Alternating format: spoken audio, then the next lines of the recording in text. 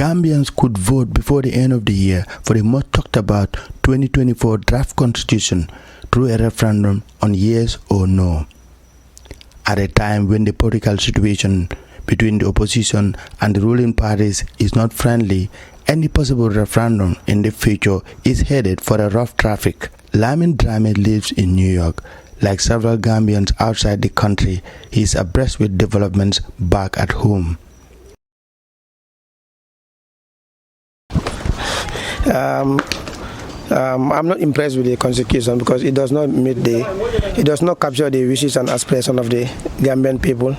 If you remember, in 2020, CRC came with a draft constitution after thorough consultations among Gambians from Gambia and in the diaspora, and a lot of people believe that draft constitution that was, put in place by the Constitution Review Commission has captured our wishes and aspirations. But this latest one that was recently published by the Barrow administration was not done in good faith. People believe that they did that. They made some, they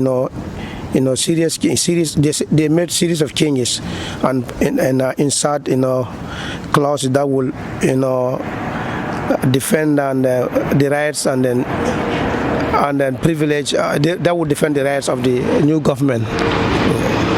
From the U.S. state of North Carolina, Maud Thomas, a former radio presenter of the popular Sunday Hour series, also gave us his perspective. One take about this constitution that has been gazetted already is it has been tailor-made and custom-made to suit Adam Barrow. I mean, we're just going back to old wine in a new genie bottle. What Yahya Jammeh did with the 1997 constitution to really suit him and his fellow APRC members. That's exactly what Adam Barrow is doing. Nothing changes. This one is even worse. You spend $116 million plus for the CRC, Constitution Review Committee. They traveled the world. They came to the diaspora here. They gave you their recommendations and you throw it away. Spend all that money for nothing, just to suit you. I mean, they've made so many draconian changes to this constitution that, you cannot call even Barrow a president in a democratic country, but a dictator. The Minister of Information, Dr. Ismaila Ceesay, and Attorney General and Minister of Justice, Dawda Jallow, appeared before Peter Gomez coffee time in August. The first place I would want to address is I have been following the comments in the social media, but also in other places. The fact that it's been said that there were no consultations leading to these adjustments that were made by Cabinet is something that probably we have to address. Since the Constitution was rejected in September 2020, there have been series of rounds of consultations or mediation or whatever term you would want to use. And I think those of you in the media are witness to this. We facilitated it at the Ministry of Justice, but we invited independent, neutral, non-Gambians to come and help us facilitate the dialogue. So I think the first thing that I need to clear is to say that this happened out of the blue. There was no consultation. Of course, we would not want Peter to start a CRC process altogether again, to open the document again as if there was no consultation. CRC, with all due respect, did a lot of consultation, locally and externally. And the document that we're talking about is a product of that extensive consultation. So if you are reviewing the document that has gone through that wide range of consultation, the consultation that you're going to do should be limited. You don't necessarily have to call everybody else again and say, what's your view? Because it's a document that so many people, sectors have an interest in, and we cannot all agree unanimously over everything in the document. There's a UNESCO report which is that the Gambia has introduced free education in stages, starting with primary school education in 2013, lower secondary school in 2014, and upper secondary in 2015. So currently, secondary school is free. I think the idea is not to put it in a constitution where you open yourself for litigation in case, for budgetary purposes, they're not able to fulfill it for free. But currently, secondary education is well. Then don't put primary education in there at all. But if government realize that is what is sustainable, that is what we can guarantee, we can put it there. But if there is no guarantee that you will provide free secondary education, you put it in a constitution and you open yourself for litigation tomorrow. If you are not able to provide it, then that can cause a problem. And you have the likes of the minister you mentioned, information, Ismaila. Come on. The world has changed. You can go back not too far. This was the same man who said he will never trust anything that Barrow says. He will never work with a government like Barrow because Barrow will say one thing and do the next. And now he is enabling Barrow do the same thing that he was criticizing Barrow for. Omar Malmo also gave his take on the 2024 draft constitution. First and foremost, I believe that the 2024 draft is not reflective of the collective aspirations and the desires of the Gambian people, because the 2020 draft had gone on a nationwide, campaign, and people had put in their thoughts and desires for a better Gambia, or for a Gambia that, is reflective of everyone, or a constitution that definitely everyone would see that we are all part and parcel of this.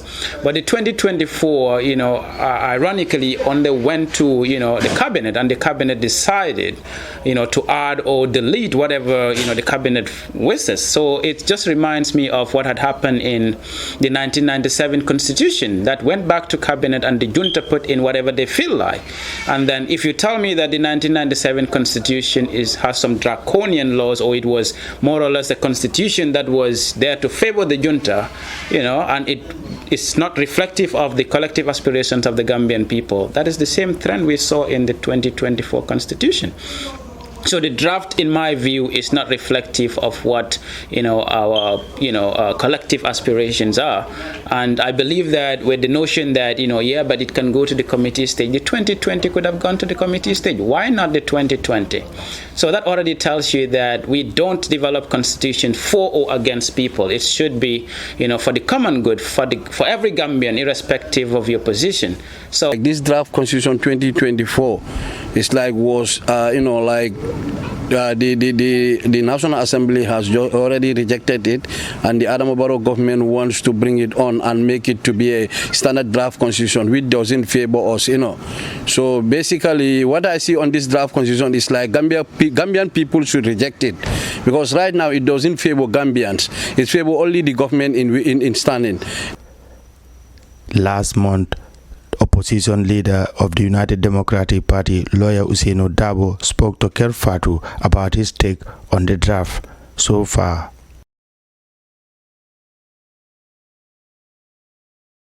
Let the constitution, as drafted by CRC, come to the National Assembly and commit it to the committee. Okay. And then then we will decide what to do with that particular provision. Okay.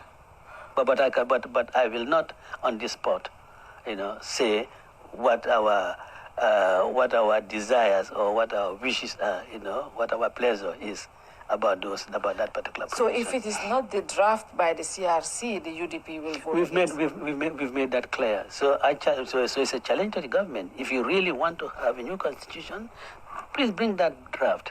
And at the committee stage, there had been a lot of behind the scenes negotiations in Abuja here. His Excellency Goodness Jonathan has come here. Mr. Chambers has flown. I cannot count how many times he has come in here.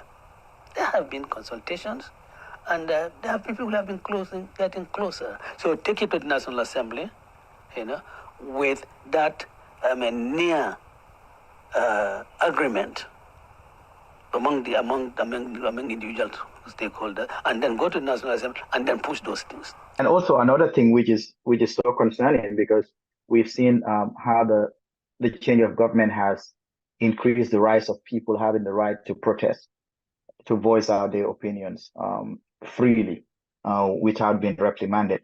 But previously the maximum was 48 hours if you were detained.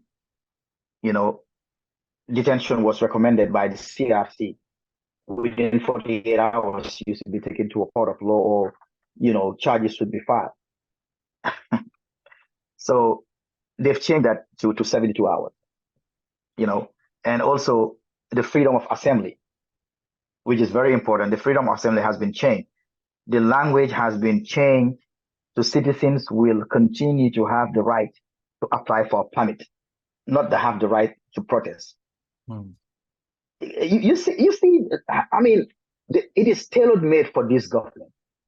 And it's unfortunate that I call them intellectual fools.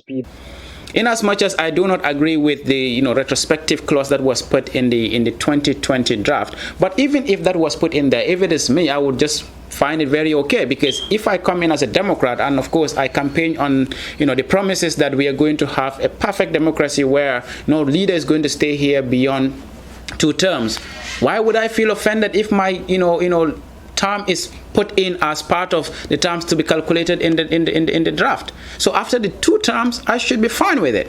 But the presidency was never fine with it, simply because they wanted to prolong the leadership, and that's exactly what we have seen in this one. So on diaspora voting, I think it's very important that every Gambian, irrespective of where you live in the world, have the right to actually vote, because look, the diaspora contributes almost 50 or over 40% of the Gambian GDP. So where your money is, your mouth definitely should be in it. So we have families back home. We have people that are very much dependent on us. The diaspora contribution, not just human resources, not just financial resources, is unprecedented. So therefore, we definitely have to consider diasporians in terms of having voting rights in our country.